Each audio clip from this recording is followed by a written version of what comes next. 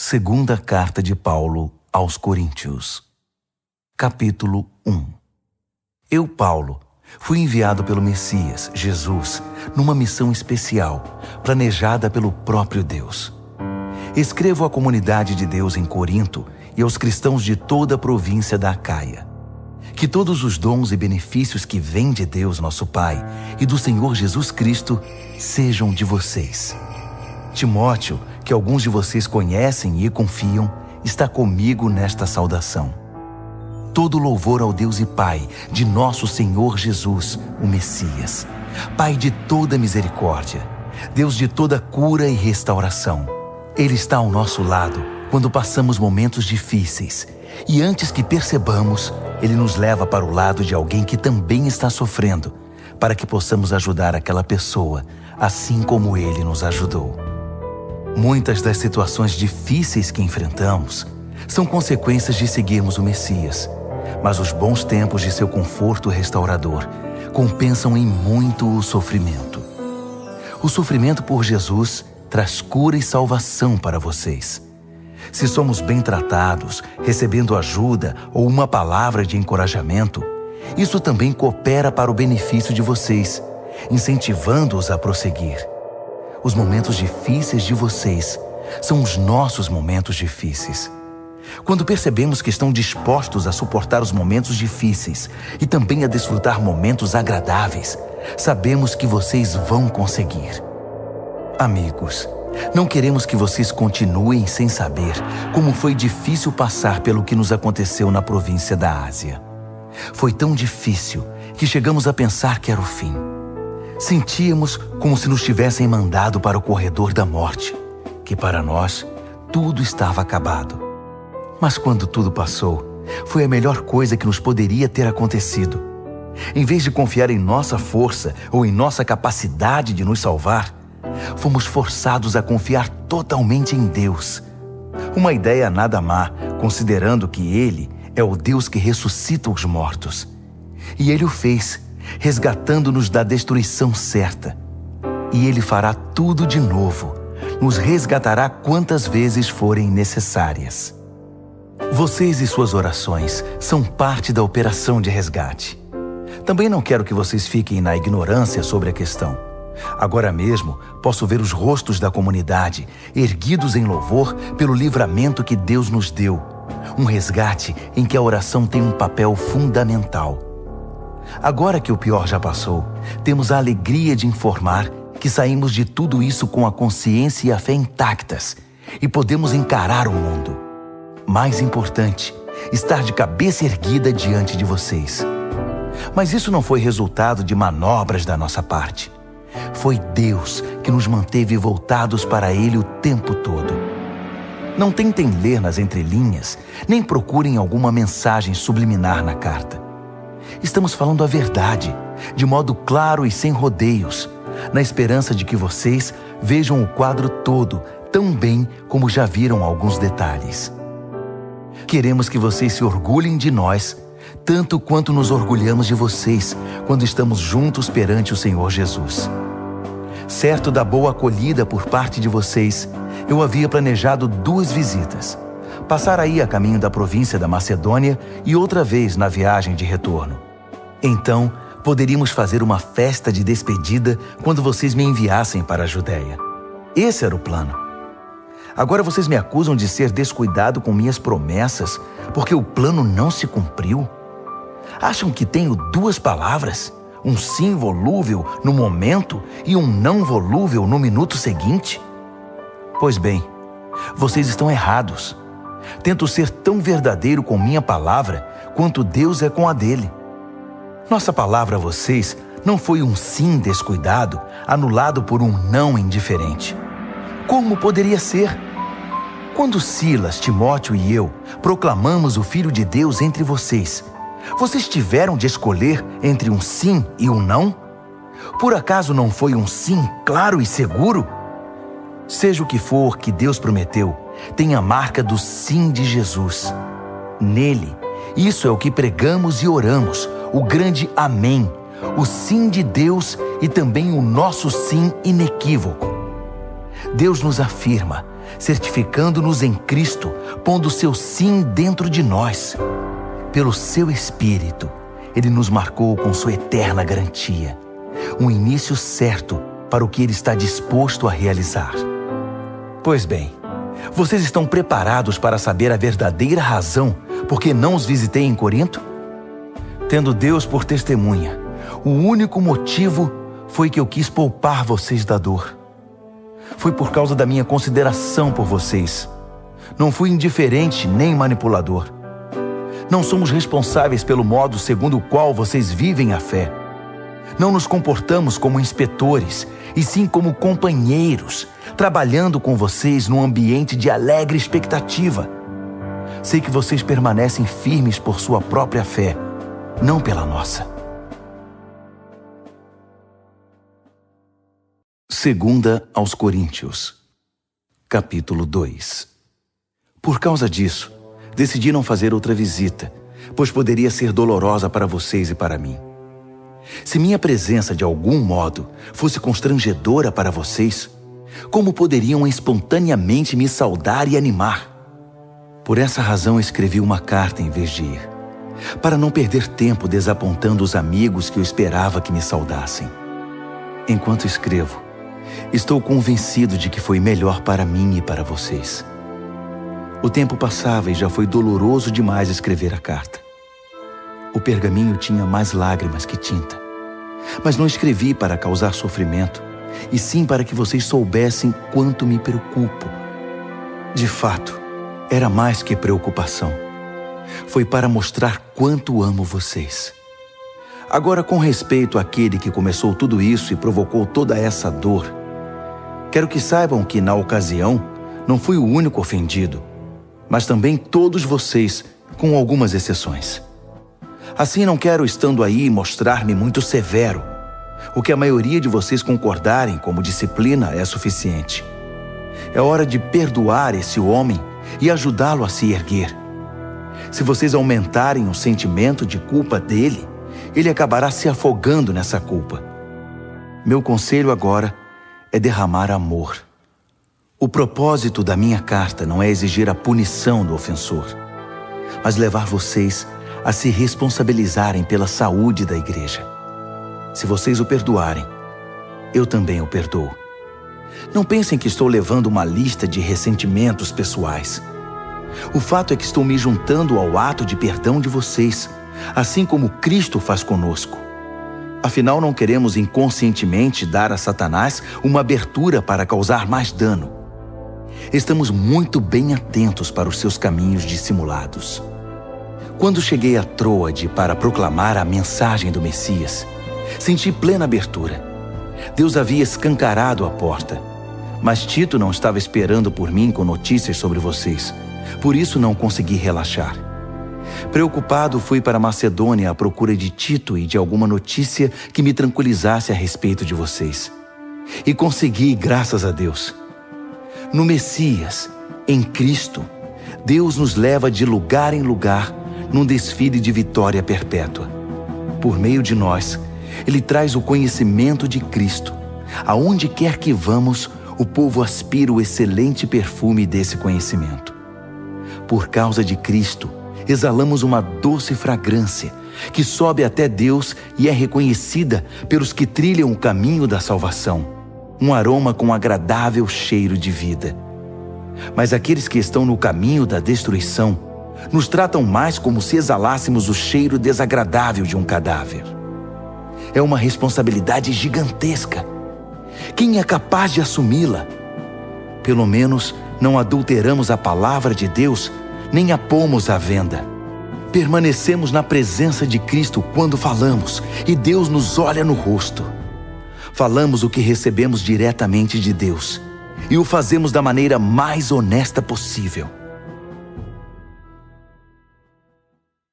Segunda aos Coríntios, capítulo 3. Não parece que estamos elogiando a nós mesmos, insistindo em nossas credenciais, afirmando nossa autoridade? De jeito nenhum.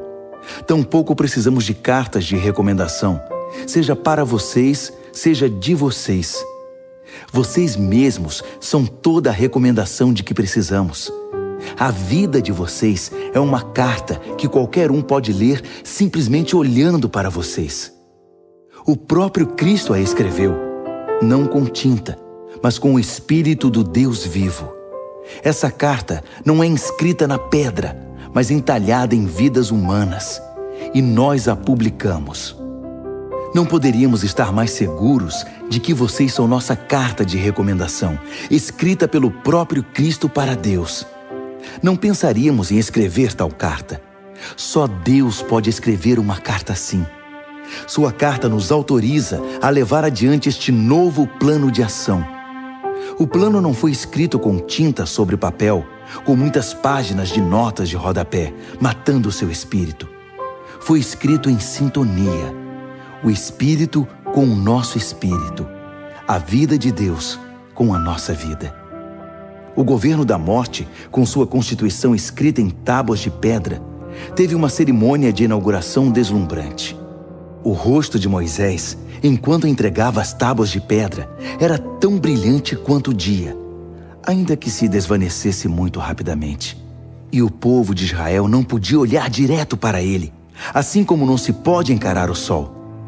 Quão mais deslumbrante, então, será o governo do Espírito vivo? Se o governo da condenação foi impressionante, que dizer do governo da afirmação? O antigo governo, que tanto brilhava, pareceria escuridão diante do novo. Se o acordo temporário já nos impressionou, quanto mais o deslumbrante governo que durará toda a eternidade. Com esse tipo de esperança que nos anima, nada nos segura. Ao contrário de Moisés, não temos nada a esconder. Conosco, tudo acontece às claras.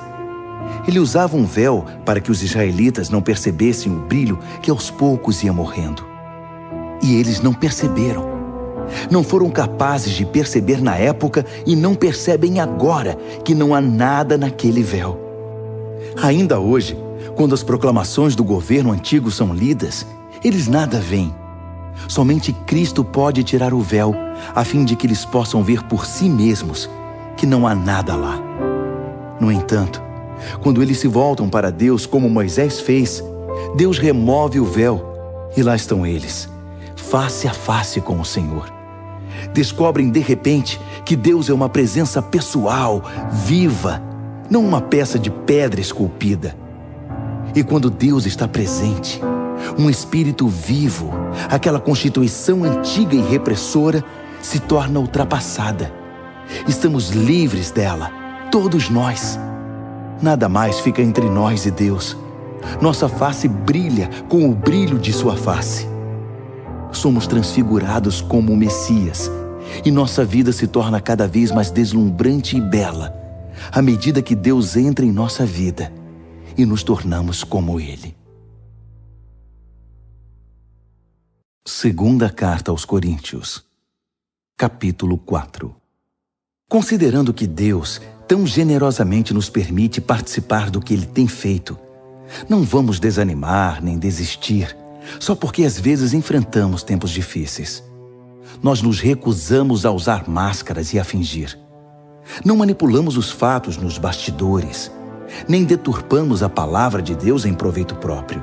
Pelo contrário, sustentamos tudo o que fazemos e falamos toda a verdade às claras, de modo que quem quiser possa ver e julgar por si mesmo na presença de Deus.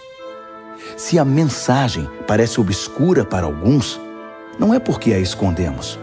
Não. É porque eles estão vendo ou buscando o caminho errado e se recusam a dar à mensagem a devida atenção. A única coisa que interessa a eles é o Deus das trevas desta época. Pensam que conseguirão dele o que desejam e que não terão que se preocupar em crer na verdade que não podem ver. Eles estão cegos para a deslumbrante luz da aurora da mensagem que resplandece com Cristo e nos permite ver a melhor imagem de Deus, o que eles jamais conseguirão. Lembrem-se de que a mensagem não é sobre nós mesmos. Nós anunciamos Jesus Cristo, o Senhor. Todos nós somos mensageiros, andarilhos de Jesus por causa de vocês. Isso começou quando Deus disse que a luz brilhe nas trevas. E nossa vida ficou cheia de luz quando vimos e compreendemos Deus pela face de Cristo, tudo belo e deslumbrante. Se olharem apenas para nós, vocês podem perder o brilho. Levamos a mensagem preciosa em vasos de barro, sem adornos, ou seja, em nossa vida. Isso é para impedir que alguém pense que o incomparável poder de Deus nos pertence. Vocês sabem que não temos muita coisa de nós mesmos. Estamos soterrados de problemas, mas não desmoralizados. Não sabemos direito o que fazer, mas sabemos que Deus sabe o que fazer. Estamos espiritualmente aterrorizados, mas Deus não nos abandonou. Caímos, mas não estamos derrotados. O que fizeram a Jesus, fizeram a nós. Julgamento, tortura, zombaria e assassinato. Jesus faz em nós o que fez entre eles. Ele vive. Nossa vida está em constante risco por causa de Jesus, o que faz a vida dele mais evidente em nós. Enquanto enfrentamos o pior, vocês conseguem o melhor. Não há silêncio sobre essa questão em nossa vida. Assim como o salmista escreveu, "Cri, por isso falei." Falamos daquilo em que cremos. E o que cremos é que aquele que ressuscitou o Senhor Jesus também nos ressuscitará e nos levará com vocês. Cada detalhe coopera para o progresso de vocês e para a glória de Deus. Mais e mais graça, mais e mais pessoas, mais e mais louvor. Portanto, não estamos desistindo. Como poderíamos? Ainda que por fora pareça que tudo está se acabando, por dentro, onde Deus está criando uma nova vida, não há um só dia em que sua graça reveladora não se manifeste. Os tempos difíceis nada são comparados com os bons tempos que estão por vir. A celebração sem fim preparada para nós. Há muito mais do que podemos ver. As coisas que agora vemos estão aqui hoje, mas desaparecerão amanhã. Mas as coisas que não vemos agora irão durar para sempre. Segunda Carta aos Coríntios, capítulo 5. Por exemplo, sabemos que quando o nosso corpo se desfizer, como uma tenda desmontada, será substituído por um corpo de ressurreição no céu, feito por Deus, não por mãos humanas. E nunca mais teremos de montar nossas tendas outra vez.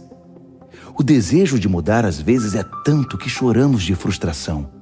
Em comparação com o que está por vir, a vida aqui se parece com a estada numa cabana caindo aos pedaços. Já estamos cansados disso. O que temos é apenas um vislumbre da verdadeira realidade. Nosso verdadeiro lar, nosso corpo ressuscitado. O Espírito de Deus nos dá uma pitada desse sublime, dando-nos um gostinho do que está por vir. Ele põe um pouco do céu em nosso coração, para que nunca desejemos menos que o céu. É por isso que vivemos alegres. Vocês não ficarão vendo as coisas de cabeça baixa. As circunstâncias desfavoráveis não irão nos abater. Ao contrário, elas apenas nos fazem lembrar do glorioso futuro que nos aguarda mais adiante. É por isso que confiamos naquele que nos mantém caminhando, mesmo que não o vejamos. Acham que uns buracos na estrada ou algumas pedras no caminho irão nos parar? Quando chegar a hora, estaremos prontos para trocar o exílio pelo nosso verdadeiro lar. Mas nem o exílio nem o nosso verdadeiro lar são o que mais importam. Servir a Deus com alegria é o principal e o que desejamos fazer, a despeito das circunstâncias. Cedo ou tarde, todos teremos de ficar frente a frente com Deus, independentemente das nossas condições. Compareceremos à presença de Cristo e receberemos o que plantamos por meio da nossa conduta, boa ou má. Essa expectativa nos manterá vigilantes. Podem estar certos. Não é pouca coisa saber que todos um dia terão de enfrentar um julgamento. Daí a urgência em exortarmos todos a que se preparem para estar na presença de Deus. Só Deus sabe quanto nos dedicamos a isso. mas espero que vocês percebam quanto nos preocupamos com a questão. Não dizemos isso com a intenção de parecermos bons aos olhos de vocês, mas por pensar que vocês se sentiriam bem, orgulhosos até, por saber que estamos do seu lado e que não somos simpáticos apenas na presença de vocês, como o fazem alguns. Se eu agi loucamente, fiz isso por Deus. Se eu agi de maneira sensata, foi por vocês. O amor de Cristo me impulsiona a tais extremos. Seu amor tem a primeira e a última palavra em tudo o que fazemos. Nossa decisão firme é trabalhar com base nesta premissa: um homem morreu por todos. Essa realidade põe todos no mesmo barco. Ele incluiu todos em sua morte, para que cada um fosse também incluído em sua vida, uma vida ressurreta, incomparavelmente melhor que qualquer outra já vivida. Por causa dessa decisão, não julgamos ninguém pelo que possui ou pela aparência. Houve um tempo em que julgamos o Messias dessa maneira e estávamos errados, como sabem. Não vemos mais assim. Agora olhamos para dentro e o que vemos é que qualquer um unido ao Messias tem a chance de um novo começo e é criado de novo. A velha vida se foi, uma nova vida floresce. É demais! Tudo vem de Deus, que nos quer em relacionamento com Ele e nos chamou para viver relacionamentos com nossos semelhantes. Deus se reconciliou com o mundo por meio do Messias, permitindo um novo começo pela oferta de perdão dos pecados. Deus nos deu a tarefa de contar a todos o que Ele está fazendo. Somos representantes de Cristo. Deus nos usa para persuadir homens e mulheres a deixar as diferenças de lado e ingressar na obra de Deus, e para reconciliar o ser humano com Ele. Estamos falando por Cristo, mesmo agora. Tornem-se amigos de Deus. Ele já é amigo de vocês. Como pode? Vocês perguntam. Em Cristo, eu respondo. Deus o considerou culpado, Ele que nunca fez nada errado, para que pudéssemos ser considerados sem pecado perante Deus. 2 aos Coríntios, capítulo 6. Somos seus companheiros nesta obra. Por isso imploramos, não desperdicem nem um pouco a maravilhosa vida que Deus concedeu a vocês. Ele nos lembra: ouvi seu chamado no tempo certo. No dia em que você precisou de mim, eu estava lá para ajudar. Pois bem, agora é o tempo certo para que Ele ouça vocês e os ajude. Nada de deixar para depois. Não frustrem a obra de Deus. Não façam corpo mole, nem lancem dúvidas sobre o que fazemos. Nossa obra como servos de Deus tem valor em todos os aspectos. As pessoas nos observam enquanto estamos a postos, em prontidão, inabaláveis, em tempos difíceis, maus, trabalhosos. Quando somos espancados, encarcerados e envolvidos em tumultos, trabalhando duro até tarde da noite, às vezes sem comer, com coração puro, mente limpa e mão firme, com gentileza, santidade e amor honesto. Quando dizemos a verdade e quando Deus mostra seu poder, quando fazemos o melhor possível pela verdade, quando somos elogiados ou repreendidos, caluniados ou honrados, fiéis à nossa palavra, ainda que não confiem em nós, ignorados pelo mundo, mas reconhecidos por Deus, vivos, ainda que digam que estamos mortos, açoitados quase até a morte, mas recusando-se a morrer, mergulhados em lágrimas, mas sempre cheios de profunda alegria, vivendo de mãos vazias, mas enriquecendo muitos, não tendo nada, mas tendo tudo. Prezados coríntios, não consigo expressar em palavras quanto desejo que vocês entrem nesta vida plena e cheia de possibilidades. Não queremos que se fechem assim. A pequenez que sentem vem de dentro de vocês. A vida que Deus dá não é pequena. Vocês é que a vivem de modo pequeno. Digo isso com franqueza e com grande afeição. Abram a vida. Comecem a vivê-la plenamente. Não se tornem parceiros dos que rejeitam Deus. Não há como fazer parceria entre o certo e o errado. Não é parceria, é guerra.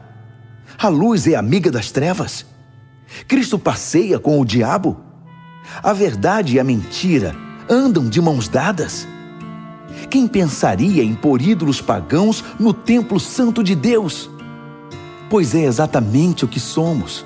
Cada um de nós é um templo e Deus vive em nós. Ele mesmo disse: vou viver neles e neles vou me mover. Vou ser o Deus deles e eles serão o meu povo. Então deixem de lado a corrupção e as parcerias.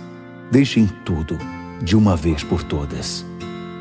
Diz Deus: não se associem com os que irão mergulhá-los na sujeira. Quero todos vocês para mim. Serei um pai para vocês, e vocês serão filhos e filhas para mim. Palavra do Senhor Deus. 2 aos Coríntios, capítulo 7. Diante de promessas tão animadoras, queridos amigos, vamos nos livrar de tudo que nos distrai ou contamine, seja por dentro, seja por fora. Que nossa vida esteja em forma e que sejamos templos santos para o culto a Deus. Confiem em nós. Nunca ferimos ninguém, nunca exploramos nem tiramos vantagem de quem quer que seja. Não pensem que procuro culpa em vocês. Já disse que estou com vocês em qualquer circunstância. Na verdade, tenho a maior confiança em vocês. Se soubessem como estou orgulhoso de vocês. A alegria me domina, mesmo com todos os problemas. Quando chegamos à província da Macedônia, não tivemos sossego. Os conflitos na igreja e os temores no coração nos deixaram ansiosos. Não conseguíamos relaxar, porque não sabíamos o desfecho da situação. Então Deus, que levanta os abatidos, nos deu um novo ânimo com a chegada de Tito. Ficamos felizes apenas por vê-lo. Mas o alívio veio com o que ele nos disse sobre vocês, sobre quanto se preocuparam e lamentaram por minha causa. Minha preocupação transformou-se em tranquilidade. Sei que causei grande preocupação a vocês com minha carta. Ainda que tenha me sentido muito mal na época, sinto-me bem agora, quando penso em como tudo acabou. A carta aborreceu vocês, mas por pouco tempo. Agora estou contente, não por terem se aborrecido, mas porque foram desafiados a mudar. Vocês permitiram que a tristeza os levasse a Deus, não que os desviasse dele, e saíram ganhando, não perdendo. A tristeza que nos aproxima de Deus age assim. Ela abala nossas estruturas e nos leva de volta ao caminho da salvação. Jamais lamentamos ter experimentado esse tipo de dor. Mas quem permite que a tristeza o desvie de Deus, vive cheio de remorsos que podem levá-lo a um estado terminal. Agora digam-me, não são maravilhosos os caminhos que a tristeza toma para nos aproximar de Deus? Vocês estão mais vivos, mais cuidadosos, mais sensíveis, mais reverentes, mais humanos, mais apaixonados, mais responsáveis. Por qualquer ângulo, o resultado foi maior pureza de coração. Era isso que eu estava esperando quando escrevi a carta. Minha maior preocupação não era com aquele que agiu errado, mas com vocês. Eu queria que vocês compreendessem e agissem de acordo com os profundos laços que nos unem diante de Deus. Foi o que aconteceu, e nos sentimos muito bem com isso. Então, quando vimos como Tito se sentiu, seu entusiasmo com a resposta de vocês, nossa alegria dobrou. Foi maravilhoso vê-lo tão animado e reconfortado por causa do que vocês fizeram. Se eu contasse a ele como penso que vocês são bondosos, vocês não teriam afastado aquele que fez o mal. Mas enquanto tudo se resolvia, procurei me conter. Tito viu por si mesmo que tudo que eu dissera a respeito de vocês era verdade. Ele não parava de falar sobre isso, repetindo o relato da sua pronta obediência e da elogiável hospitalidade de vocês. Ele ficou impressionado com tudo. e eu não poderia estar mais satisfeito. Tenho muito orgulho de todos.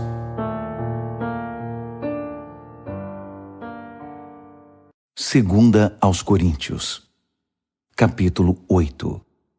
Agora, amigos, quero comentar sobre os surpreendentes e generosos meios pelos quais Deus está trabalhando nas igrejas da província da Macedônia. Sérios problemas aconteceram naquelas igrejas, pressionando ao máximo o povo.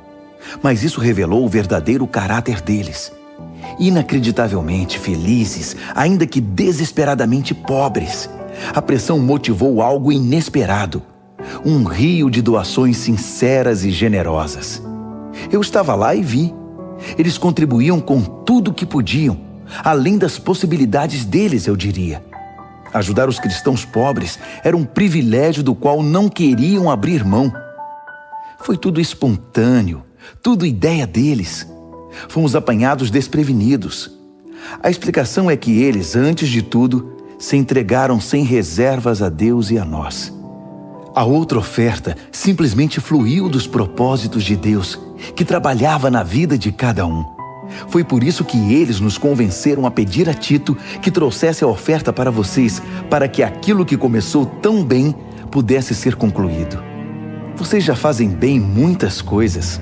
Confiam em Deus, são articulados, criteriosos, apaixonados e nos amam. Agora, nessa questão, espero que também façam o melhor. Não estou tentando dar ordens contra a vontade de vocês. Apresento o entusiasmo dos macedônios como um estímulo ao amor que há em vocês, na esperança de extrair o melhor de cada um. Vocês conhecem a graça generosa do Senhor Jesus Cristo. Ele era rico, mas deu tudo por nós. Tornou-se pobre para que nós nos tornássemos ricos. Na minha opinião, o melhor que vocês podem fazer agora é concluir o que começaram no passado, para não deixar que boas intenções deem em nada. O coração de vocês está no lugar certo. Vocês já têm tudo de que precisam para terminar. Então, mãos à obra. Uma vez que o compromisso é claro, façam o que podem. O coração orienta as mãos. Não estou querendo que se cansem enquanto os outros descansam. Nada disso. Vocês estão ombro a ombro com eles o tempo todo. O excesso de vocês supre a falta deles, e o excesso deles supre a falta de vocês. No fim, tudo ficará bem, como está escrito: nada sobrou para quem tinha muito, nada faltou para quem tinha necessidade. Dou graças a Deus por transmitir a Tito o mesmo cuidado que tenho por vocês. Ele teve muita consideração sobre como nos sentimos, mas a iniciativa de ajudar vocês foi toda dele. Estamos enviando um companheiro com ele, alguém muito popular nas igrejas, um bom pregador da mensagem. Mas nele há muito mais que popularidade. Ele merece confiança total. As igrejas o escolheram para que nos acompanhasse em nossas viagens e nos ajudasse na tarefa de compartilhar os dons de Deus, ao mesmo tempo honrando o Senhor e tendo o cuidado de evitar escândalos. Não queremos que ninguém pense que pegamos um centavo desse dinheiro para vocês. Somos tão zelosos da nossa reputação diante do público como somos diante de Deus. É por isso que estamos levando outra pessoa de confiança conosco, que já provou sua fidelidade muitas vezes e trabalha com a mesma disposição desde o início. Ele ouviu falar de vocês e gostou do que ouviu, tanto que mal pode esperar para chegar aí. Não preciso dizer mais nada a respeito de Tito. Temos sido por muito tempo companheiros na tarefa de servir vocês. Os irmãos que viajam com ele são representantes das igrejas, um crédito real para Cristo. Mostrem a eles do que vocês são feitos, demonstrando o amor de que têm ouvido falar nas igrejas. Permitam que eles vejam por si mesmos. Segunda aos Coríntios, capítulo 9. Se eu escrevesse algo mais a respeito dessa oferta para os cristãos pobres, começaria a me repetir. Sei que vocês estão apostos e prontos para o que der e vier. Tenho dado boas referências de vocês por toda a província da Macedônia, dizendo a eles: a província da Acaia está pronta para essa tarefa desde o ano passado. E o entusiasmo de vocês contagiou muita gente. Agora estou enviando esses irmãos para me certificar de que vocês estão preparados, como eu disse que estariam, para mostrar que não é à toa que tenho orgulho de vocês. Se eu e os macedônios descobrirmos que vocês não estão preparados, será vergonhoso para todos, para mim e para vocês. Nosso testemunho teria sido puro ufanismo. Por isso, para ter certeza de que não haverá nenhum erro, recrutei esses irmãos para que antes da minha chegada preparassem vocês e a oferta prometida. Tirem todo o tempo de que precisarem para que tudo seja feito de modo apropriado. Não quero nada forçado nem correrias de última hora. Lembrem-se de que o lavrador mesquinho só consegue colheita pobre. O lavrador generoso é quem obtém colheitas fartas. Quero que cada um de vocês tenha tempo suficiente para pensar nisso e decidir o que vai ofertar. Essa medida evitará que se lamentem depois por ofertas dadas sob coerção. Deus ama o doador que se alegra com a doação. Deus pode derramar bênçãos das maneiras mais surpreendentes. Portanto, estejam preparados para qualquer situação, mais que simplesmente preparados para fazer o que precisa ser feito. Como disse um salmista, ele lança avisos aos ventos, dando aos necessitados com liberalidade. Seus meios justos e bondosos nunca se esgotam, nunca se desgastam. O Deus generoso que dá a semente ao lavrador, a qual se transforma em pão e chega à mesa de vocês, é mais que exagerado em abençoá-los. O que Ele dá, vocês podem passar adiante. Isso cresce em vidas amadurecidas, fortes em Deus, ricas em todos os sentidos. Assim, vocês podem ser generosos em todos os sentidos e louvar a Deus conosco. Levar adiante essa obra de ação social envolve bem mais que saciar as necessidades básicas dos cristãos pobres. É um gesto que produz numerosas ações de graças a Deus. É um estímulo para que vocês vivam o melhor que puderem, demonstrando gratidão a Deus pela obediência ao significado pleno da mensagem. Vocês mostram gratidão com ofertas generosas aos irmãos em necessidade e assim se mostram gratos diante do mundo.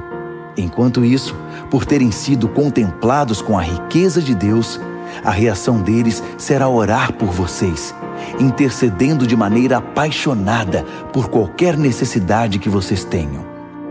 Agradeçam a Deus pela oportunidade. Nenhuma língua é capaz de expressar os reais benefícios desse dom. 2 Coríntios, capítulo 10. E agora um assunto pessoal, mais urgente. Escrevo na disposição gentil, porém firme de Cristo. Ouvi comentários a meu respeito de que sou subserviente e fraco quando estou com vocês, mas rude e exigente quando escrevo. Por favor, não me obriguem a ser rígido quando estiver com vocês. Não pensem que vou hesitar um só minuto em me opor aos que me consideram oportunistas sem princípios. Eu os farei calar a boca. O mundo é sem princípios. É uma selva lá fora. Ninguém joga limpo. Mas o cristão não vive nem age desse modo. Nunca nos comportamos assim e jamais o faremos. As ferramentas que usamos não são para propaganda ou manipulação, mas para demolir esta cultura dominante e corrupta. Usamos as ferramentas poderosas de Deus para esmagar filosofias pervertidas, derrubar barreiras levantadas contra a verdade de Deus, encaixar todo pensamento livre, toda emoção e todo impulso à estrutura de vida moldada por Cristo. Nossas ferramentas estão preparadas para limpar o terreno e edificar vidas pela obediência rumo à maturidade. Vocês não conseguem ir além do óbvio. Enxergam apenas as árvores, não a floresta.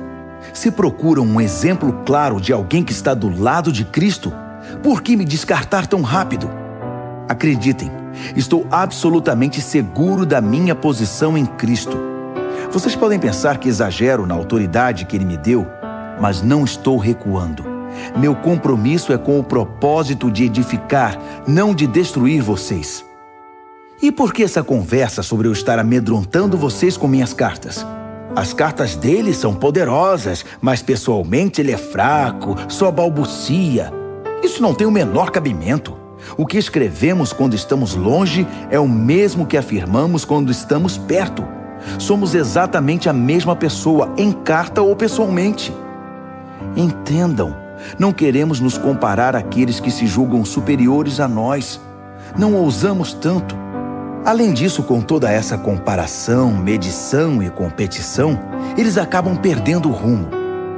Não vamos fazer reivindicações extravagantes porque estamos presos aos limites estabelecidos por Deus. Mas não pode haver dúvida de que esses limites incluem vocês. Não estamos invadindo o território de ninguém. Afinal, já estivemos aí com vocês. Fomos os primeiros a chegar com a mensagem de Cristo, lembram? Então, como pode alguém achar que ultrapassamos os limites ao escrever para vocês ou visitá-los? Não estamos lucrando à custa do trabalho honesto dos outros, nem interferindo nos ministérios deles, exigindo um lugar ao sol com eles. O que esperamos é que vocês, quando crescerem na fé, também tomem parte em nossa obra, que está em expansão. Assim, todos nós estaremos dentro dos limites que Deus estabelece quando proclamamos a mensagem em lugares além de Corinto. Mas não temos a intenção de trabalhar em cima do que outros têm feito, nem de levar o crédito disso. Se vocês querem exigir o crédito, que o crédito seja de Deus. O que vocês dizem a respeito de vocês mesmos não significa nada na obra de Deus. É o que Deus diz a respeito de vocês que faz diferença.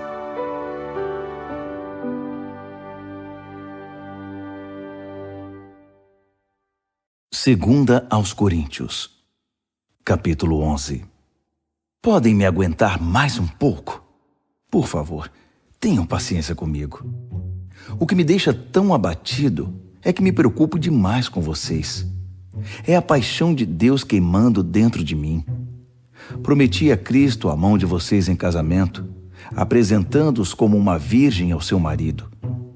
E agora receio que, assim como a serpente seduziu Eva com sua fala mansa, vocês estejam desviados da pureza simples do seu amor por Cristo.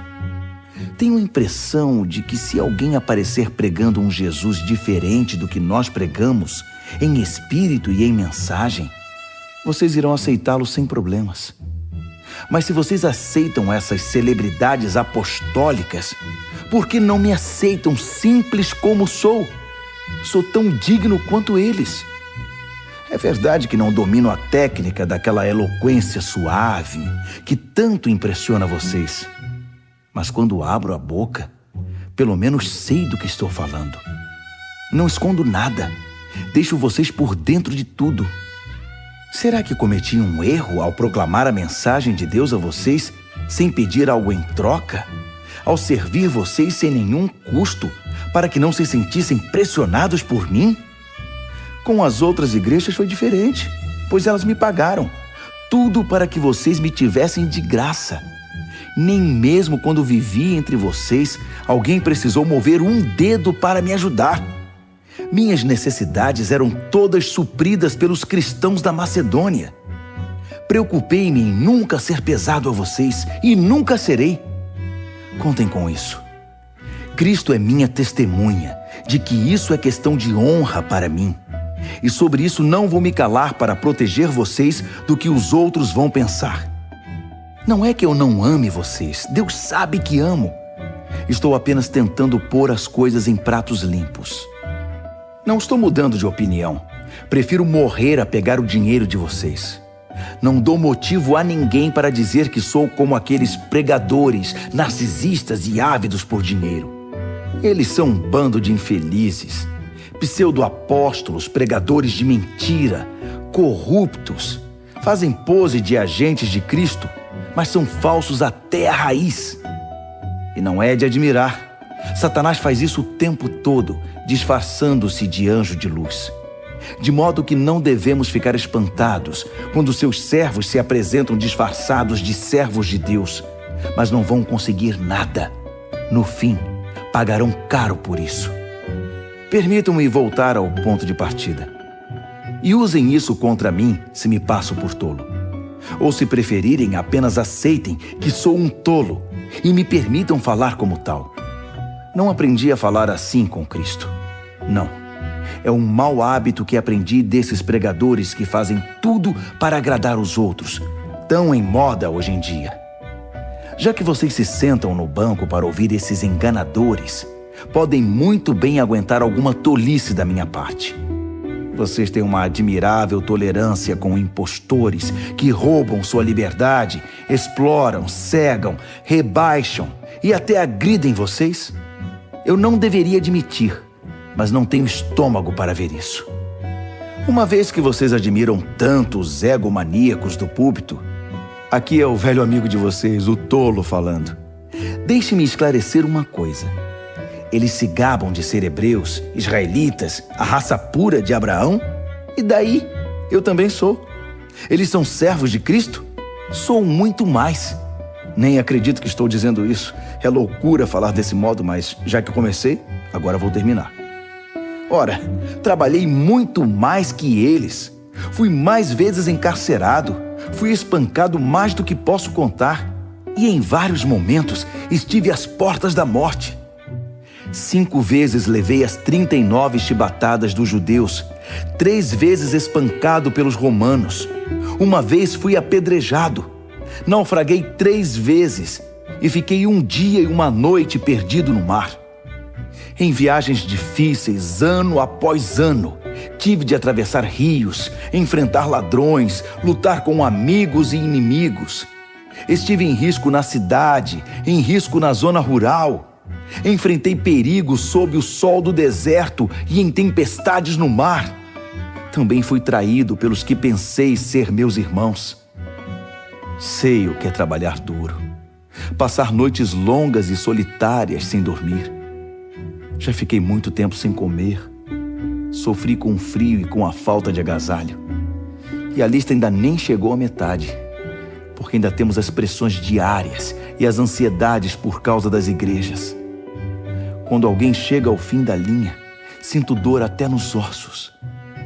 Quando alguém cai em pecado, um fogo queima minhas entranhas.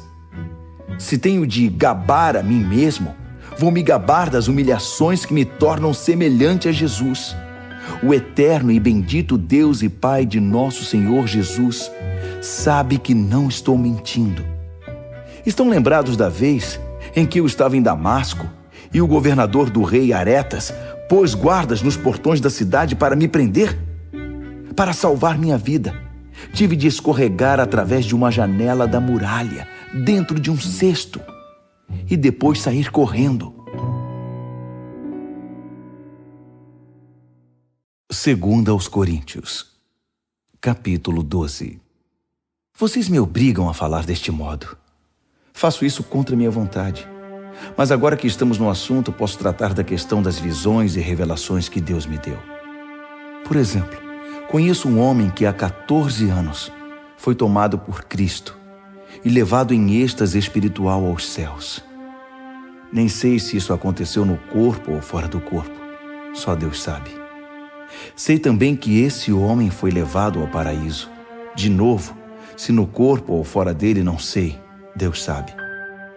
Lá ele ouviu palavras indizíveis, mas foi proibido de contar o que ouviu. Esse é o homem a respeito de quem quero falar. Mas não vou dizer nenhuma palavra a meu respeito, exceto o que foi humilhação. Se eu tivesse disposição para contar vantagem, talvez pudesse fazê-lo sem parecer ridículo e não estaria faltando com a verdade. Mas vou poupar vocês. Quero que vocês continuem a me imaginar como o tolo que vocês pensariam que eu sou se me encontrassem na rua ou me ouvissem falar.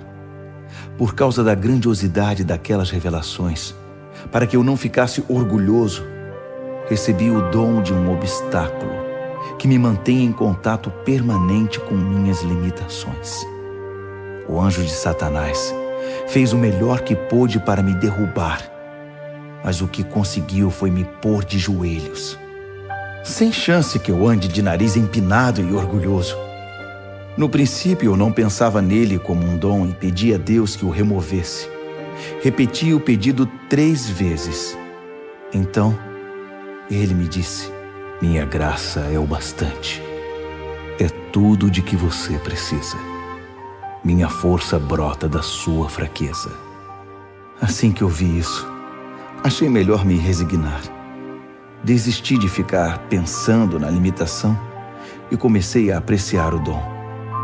Foi uma oportunidade para que a força de Cristo trabalhasse na minha fraqueza. Agora enfrento com alegria essas limitações, com tudo que me torna pequeno. Abusos, acidentes, oposição, problemas. Simplesmente permito que Cristo assuma o controle. E quanto mais fraco me apresento, mais forte me torno. Muito bem, vocês conseguiram. Continuo até aqui agindo como tolo. Mas a culpa não é toda minha. Vocês me fizeram agir assim. Vocês é que deveriam ter falado bem de mim e me recomendado, em vez de eu ter de fazê-lo, pois sabem por experiência própria que, embora eu não seja ninguém, seja um nada, não posso ser relegado à segunda classe, comparado com aquelas celebridades apostólicas que vocês bem conhecem. Todos os sinais que marcam o apostolado verdadeiro eram evidentes quando eu estava com vocês em tempos bons e maus. Sinais de milagres, sinais de maravilhas, sinais de poder. Vocês receberam menos de mim ou de Deus que as outras igrejas? A única coisa que vocês receberam menos de mim foi responsabilidade com o meu sustento. Pois bem, sinto muito. Perdoe-me por despojar vocês. Tudo está preparado agora para minha terceira visita a vocês. Mas não se preocupem com isso. Vocês não precisam se sacrificar. Não serei um peso para vocês desta vez, mais do que fui em outras visitas. Não tenho interesse no que vocês têm, só em vocês. Os filhos não têm de se preocupar com os pais. Os pais é que se preocupam com os filhos. Eu ficaria feliz em esvaziar os bolsos, ou até mesmo em hipotecar minha vida para o bem de vocês. Assim, porque quanto mais amo vocês, menos sou amado. E porque continuo a dar importância a essas fofocas sobre eu ter usado meu autossustento como forma de culpar vocês? Onde está a prova disso? Alguma vez os enganei ou usei alguém para iludir vocês? Pedi a Tito que os visitasse e levasse alguns irmãos consigo. Por acaso eles agiram de má fé com vocês? E acima de tudo, não temos sido sempre sinceros e honestos? Não pensem que estou aqui me defendendo perante vocês. Vocês não são júri. Deus revelado em Cristo é o júri, e apresentamos perante Ele nosso caso. E tudo que temos suportado é com a intenção de não ficar no caminho de vocês, nem atrapalhar seu crescimento. Tenho receio, admito, de que quando for me desaponte com vocês e também os desaponte. A frustração mútua deixará tudo em cacos. Brigas, invejas, ânimos exaltados, partidarismo, palavras ofensivas, denúncias, gente nervosa e confusão generalizada. Não espero ser humilhado de novo por Deus quando estiver com vocês, para que não tenha de derramar lágrimas por uma multidão que insiste nos velhos caminhos, pecando cada vez mais e se recusando a abandonar o lamaçal da maldade, do descontrole sexual e da indecência em que está mergulhada. 2 aos Coríntios, capítulo 13. Muito bem, minha terceira visita está chegando. Lembram-se daquele texto das Escrituras? Uma questão é definida com o depoimento de 2 ou 3 testemunhas? Por ocasião da minha segunda visita, avisei aquele grupo que permanece enredado nos velhos pecados que quando eu voltasse, não seria tolerante com eles. Agora, em preparação para a terceira visita, repito a advertência, mesmo estando longe.